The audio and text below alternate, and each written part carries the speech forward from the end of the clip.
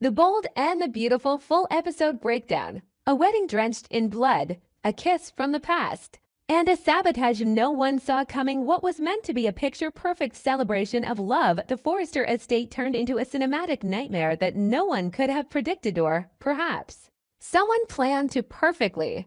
Ridge Forrester and Brooke Logan, after decades of tangled love and bitter separation, had finally chosen their date. They would marry again, once and for all, in a private garden ceremony at the Forrester mansion.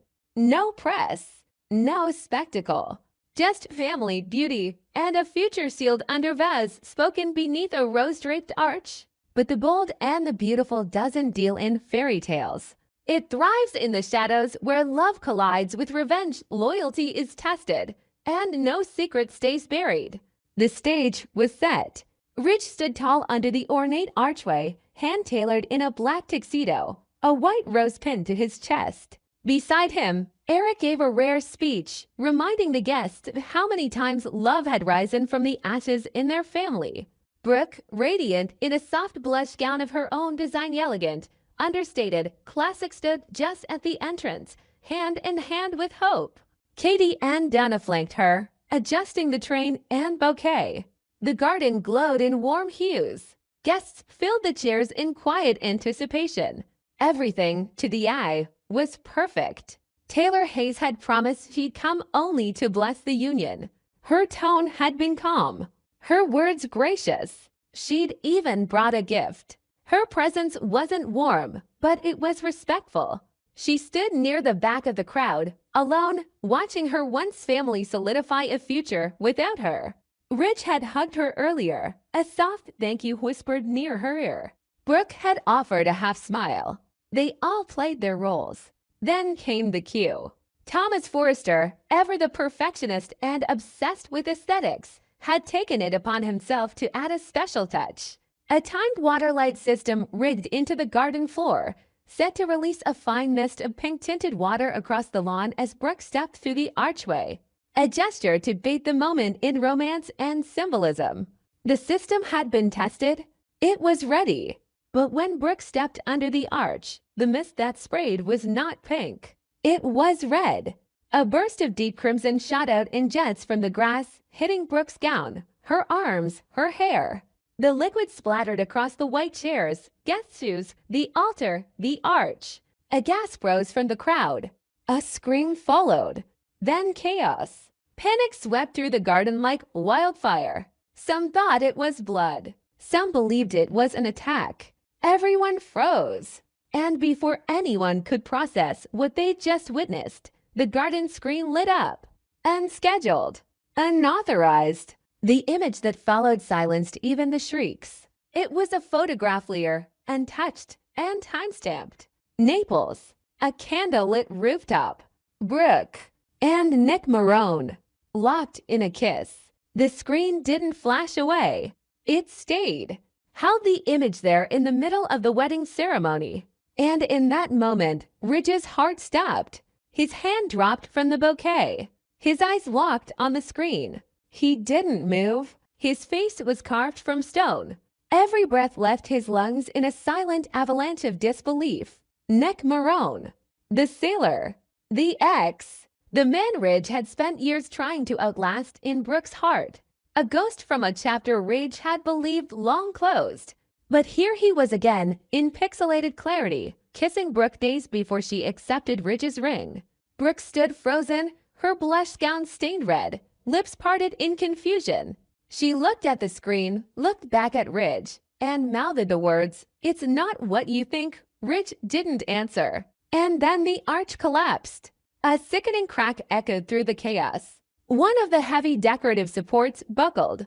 The ornate gold-framed floral topper split from its anchor and dropped forward, hurtling straight toward Brooke's head. But before it could hit her, Taylor moved. In one quick motion, Taylor leapt forward, grabbed Brooke by the waist, and yanked her backward. The golden frame slammed into the ground, shattering a lantern and tearing a hole in the train of Brooke's gown. Shards scattered across the lawn. Guests shrieked. Dust rose. But Brooke was alive, saved by the woman who had every reason to let her fall. Security rushed in. Ridge finally blinked. The screen went black, and silence fell. The wedding was over, but the questions had just begun. The guests were ushered inside. Ridge disappeared into the house. Brooke was led to a guest suite by Katie and Donna, her hands trembling, her dress soaked and tattered. Taylor sat on a bench under a tree, catching her breath, her hands covered in dirt and sweat. Thomas stood near the back of the garden alone, pale, frozen, watching. It didn't take long for the blame to start. Eric demanded answers. Who tampered with the water system? Who uploaded the footage? Who collapsed the arch? All fingers pointed at Thomas. He had controlled the misting system. He had access to the event's tech grid. He had supervised the garden setup. Ridge cornered him. Did you do this? Thomas didn't answer. He couldn't. Not yes. Not no. He stared at his father, eyes glassy, jaw clenched, as if even he didn't know the answer. Hope pulled him aside later. If you had anything to do with this anything, tell me now. He shook his head. I just wanted the garden to look perfect. But was it sabotage? Or a breakdown? Did Thomas lose control again, like he had in the past? Or was he being used? Taylor, still shaken, began to connect dots. The arch didn't fall randomly. The mist wasn't a chemical malfunction. And that photo, who had access to it? Who stood to gain the most by destroying Brooke in front of Ridge, in front of the family, on the day she would have become a Forrester again? Nick? Or someone else? Brooke, after changing out of her gown and scrubbing the red dye from her skin, confronted Ridge in the study. You have to believe me. Nick surprised me. We talked. That photo Somion was watching. I didn't kiss him. He kissed me. Ridge didn't respond. He only looked at the photo still pulled up on his tablet. He always shows up when we're close, Ridge finally said. And you always let him. Brooke stepped forward. That's not fair. Ridge turned his back to her. Neither was today. Meanwhile, outside the gates of the estate, a car sat parked in shadow. Inside, someone watched the chaos unfold on a screen. Footage from a drone. Angles no one else had. A quiet chuckle.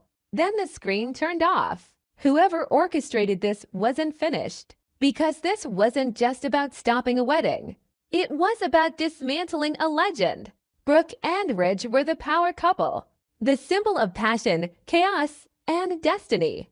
But someone knew exactly how to cut that bond with surgical precision through humiliation, through history, and through just enough truth to make everything fall apart.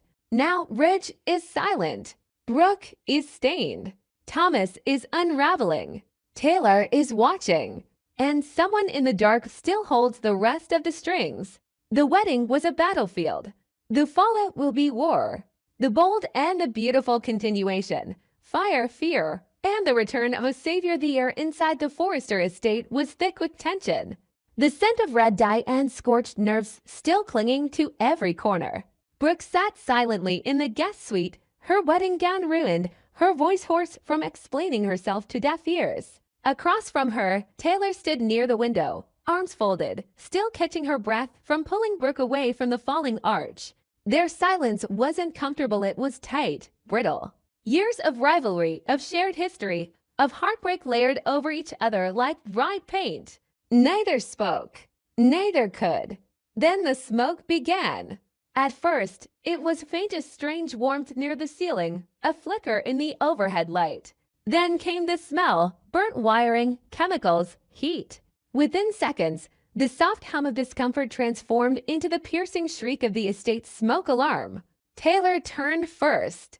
Do you smell? Brooke bolted upright. The room was dimming. Smoke curled in from under the door. Flames licked the hallway wallpaper just beyond. They rushed to the door, locked, sealed, somehow stuck. Taylor grabbed the handle, burning her palm. Brooke pounded on the wood, coughing as the smoke thickened. They were trapped. The windows had been bolted shut for the night. The sprinkler system hadn't activated. Something was wrong. Very wrong. Downstairs, the guests were still arguing, scattered across the ballroom and lounge, when the alarm began its scream. Chaos erupted again. Eric called for staff. Donna shrieked Brooke's name. But Ridge stood frozen. Standing near the fireplace, tablet still in hand, the photo of Brooke and Nick on screen. He stared at the image while the scent of fire began to reach him. "She's fine," he muttered, almost to himself. "She has Taylor." Katie ran toward him. "The alarm's Ridge. They're upstairs." Ridge blinked, hesitated. He didn't move, but someone else did. Nick Marone. Appearing through the back entry as if pulled by fate, he saw the flashing red lights and ran into the building without a word. Security tried to stop him. He didn't care. "Where's Brooke?" he barked. Hope pointed to the stairs. "Guest suite." Right wing, Nick took the stairs two at a time. He could barely see through the haze. The hallway glowed with firelight. The door was hot to the touch, but he rounded it with his shoulder until it cracked. On the third hit, it gave way. Inside, Brooke was collapsed on the floor, her lungs choking. Taylor crouched beside her, shielding her from the thickest of the smoke. They looked up through teary eyes. "Nick," Brooke whispered. Taylor didn't even react. She was too far gone, dazed, lightheaded, limp. Nick scooped Brooke into one arm, grabbed Taylor with the other, and dragged both women through the smoke-filled corridor. The ceiling crackled above them. A light fixture fell, sparking, just behind their heels as Nick pushed forward. Down the stairs, through the smoke, into the courtyard. The guests gasped as Nick stumbled out with both women in his arms. Medics ran to help. Katie rushed to Brooke. Finn grabbed Taylor. Oxygen masks were slammed onto their faces. Ridge finally emerged, standing on the threshold, watching the scene unfold like a ghost at his own funeral. Nick dropped to his knees, lungs heaving, eyes locked on Ridge. "I pulled your fiancé and your ex-wife out of a burning building," he spat. "Where the hell were you?" Ridge didn't answer. He couldn't. Hope turned to her father.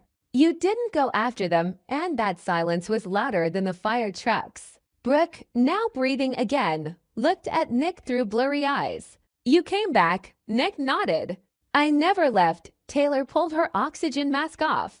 "It wasn't an accident," she rasped. "Someone wanted us dead." And in that moment, everyone realized the sabotage at the wedding wasn't the end. It was only the beginning. Someone hadn't just wanted to humiliate Brooke. They wanted her gone. Forever.